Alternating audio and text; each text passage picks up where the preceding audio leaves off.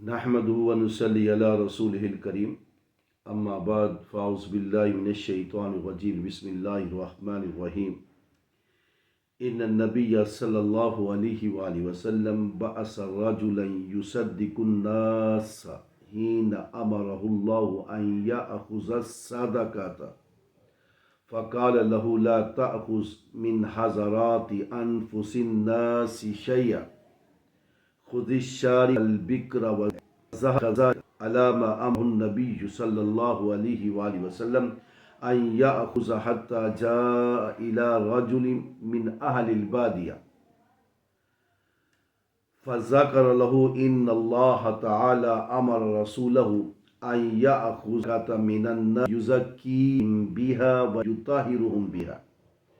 فقال له الرجل سؤکم فخذ فذهب فأخذ الشارف والبكر وذات العيب فقال له الرجل والله ما كان في إبلي أحد قط يأخذ شيئا لله قبلك والله لتختارن۔ جب زکوٰۃ فرض ہوئی اور نبی صلی اللہ علیہ وسلم کو حکم ہوا کہ وہ لوگوں سے زکوٰۃ وصول کرے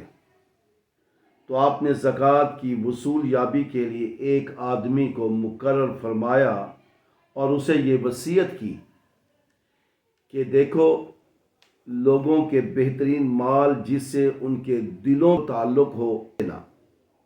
تم بوڑھی اور ایسی اونٹنیاں لینا جن کے بچے نہ ہوئے ہوں، اور عیبدار اونٹنیاں لینا۔ چنانچہ یہ محصل گیا اور نبی صلی اللہ علیہ وسلم کی ہدایت کے مطابق لوگوں کے مویشیوں میں سے زکوٰۃ وصول کی، یہاں تک کہ ایک دیہاتی کے پاس پہنچے اور اسے بتایا کہ اللہ نے رسول کو حکم دیا ہے کہ لوگوں سے زکوٰۃ وصول کرے، یہ زکوٰۃ ان کی گندگی کو دور کرے گی اور ایمان کو بڑھائے گی۔ اس آدمی نے محصل سے کہا کہ یہ ہمارے مویشی ہیں، تم جاؤ اور ان میں سے لے لو۔ اس نے بوڑھی، عیبدار اور بے بچہ کی اونٹنیاں لے لی تو اس نے تم سے پہلے ہمارے اونٹوں میں خدا کا حق وصول کرنے والا کوئی نہیں، خدا کی تمہیں تو بہترین اونٹ لینے ہوں گے، بھلا خدا کے حضور میں خراب چیز پیش کی جائے گی؟ اگر حضور صلی اللہ علیہ وسلم، محترم ناظرین، میں نے آپ کے سامنے کتاب الخراج ابو یوسف میں سے رحمۃ اللہ علیہ ایک حدیث تلاوت کی ہے اور جس کا ترجمہ بھی میں نے آپ کے سامنے گوش گزار کیا ہے۔ اگر حضور صلی اللہ علیہ وسلم پہلے ہی دن سے لوگوں کے بہترین مال زکوٰۃ میں وصول کرتے تو عین ممکن تھا کہ لوگ اس حکم کے خلاف بغاوت کر دیتے، لیکن آہستہ آہستہ جب لوگوں کے اندر دین نے اپنی جڑیں جما لیں اور ان کی تربیت ہو گئی، تب مدینہ سے بہت دور دیہات میں بسنے والے لوگوں کا یہ حال ہوا کہ وہ زکوٰۃ میں بہترین مال لینے پر محصل سے اصرار کر۔ اب دیکھیں محترم ناظرین، نبی پاک صلی اللہ علیہ وآلہ وسلم چونکہ محسن انسانیت ہے، حکیم امت ہے، حکیم الامت ہے، جتنی اللہ کے رسول صلی اللہ علیہ وآلہ وسلم انسانیت کی نیچر کو جتنا اللہ کے رسول جانتے ہیں، میں کوئی بھی ایسی ہستی نہیں جو فطرت انسانیت کو جان سکے۔ کہ رسول نے حکم دیا کہ اے شخص، جس کے پاس بھی جانا اچھا مال نہیں لینا، جن سے ان کو دل لگی ہو، جن سے ان کی الفت پیدا ہو چکی ہو، ان کو پسندیدہ مال۔ تو یہ محصل کافی لوگوں کے پاس گیا، لیکن ایک جگہ دیہات میں، ایک عربی دیہات کے پاس، عرب میں ایک دیہات بدوی کے پاس گیا۔ اسے کہا کہ یہ اللہ نے حکم دیا نبی پاک صلی اللہ علیہ وسلم، اس نے کہا کم فخذ، اٹھو اور لے لو۔ جب اس نے فَأَخَذَ الشَّارِفَ وَالْبِكْرَ وَذَاتَ الْعَيْبِ، اس نے بوڑھی، عیبدار اور بے بچہ کی اونٹنیاں لی۔ فَقَالَ اس دیہاتی نے کہا واللہ ما کام فی ابلی احد قط یاخذ شیئا للہ قبلک واللہ لتختارن۔ اس دیہاتی نے کہا تم نے پہلے ہمارے اونٹوں میں خدا کا حق وصول کرنے میں والا کوئی نہیں آیا، خود تمہیں تو بیت لینے ہوں گے۔ بھلا یہ کیسے ہو سکتا ہے کہ ہم اللہ کی راہ میں اللہ کو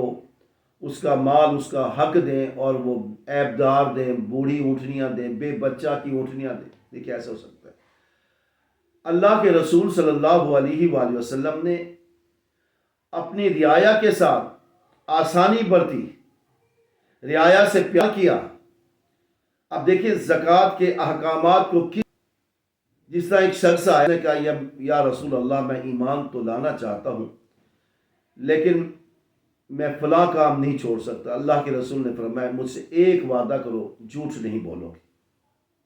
جب وہ شخص اسی کام کے نزدیک گیا تو اسے یاد آیا کہ میں نے اللہ کے رسول صلی اللہ علیہ وسلم سے ایک وعدہ کیا تھا کہ میں جھوٹ نہیں بولوں گا۔ اب جب مجھ سے پوچھیں گے تو مجھے جھوٹ تو نہیں بولنا۔ وہ اس برائی سے رک گیا۔ تو اللہ کے رسول نے بڑی حکمت کے ساتھ، دانائی کے ساتھ اور اچھی نصیحت کے ساتھ لوگوں کی تربیت کی۔ جب مال اللہ کے رسول نے شروعات میں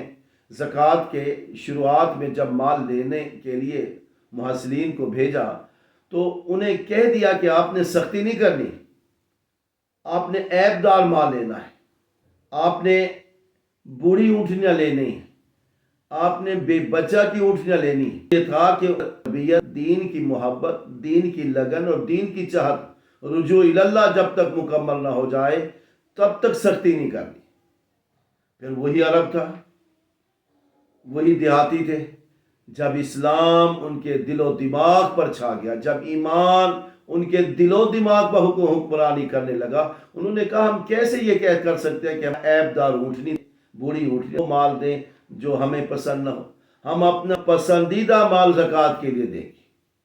تو محترم ناظرین، واعظ و نصیحت اچھی باتیں کرنی چاہیے لیکن واعظ و نصیحت میں حکمت کا دامن ہاتھ سے نہیں چھوڑنا چاہیے۔ جس طرح کہ اللہ تعالیٰ نے فرمایا ادعو الی سبیل ربک بالحکمت والموعظۃ الحسنہ۔ اے محمد عربی صلی اللہ علیہ وسلم اب دعوت دیجیے، ادعو الی سبیل ربک حکمت والموعظۃ الحسنہ، کہ آپ حکمت کے ساتھ دعوت دیں اور اچھی نصیحت کے ساتھ، آپ کے الفاظ اچھے ہوں، آپ کا انداز اچھا ہو، آپ کے انداز میں اسلام نظر آتا ہو، آپ عالم دین ہیں، آپ مبلغ ہیں، آپ اسلام کی تعلیمات رہے ہیں تبلیغ، تو آپ کا انداز بھی اسلامی ہونا چاہیے، متحمل مزاج ہونا چاہیے، آپ کو بردبار طبیعت رکھنی چاہیے۔ شروعات میں جب ایک انسان کو جب تبلیغ دین دی جاتی ہے تو وہ اتنا دین کے اندر راغب نہیں ہوتا،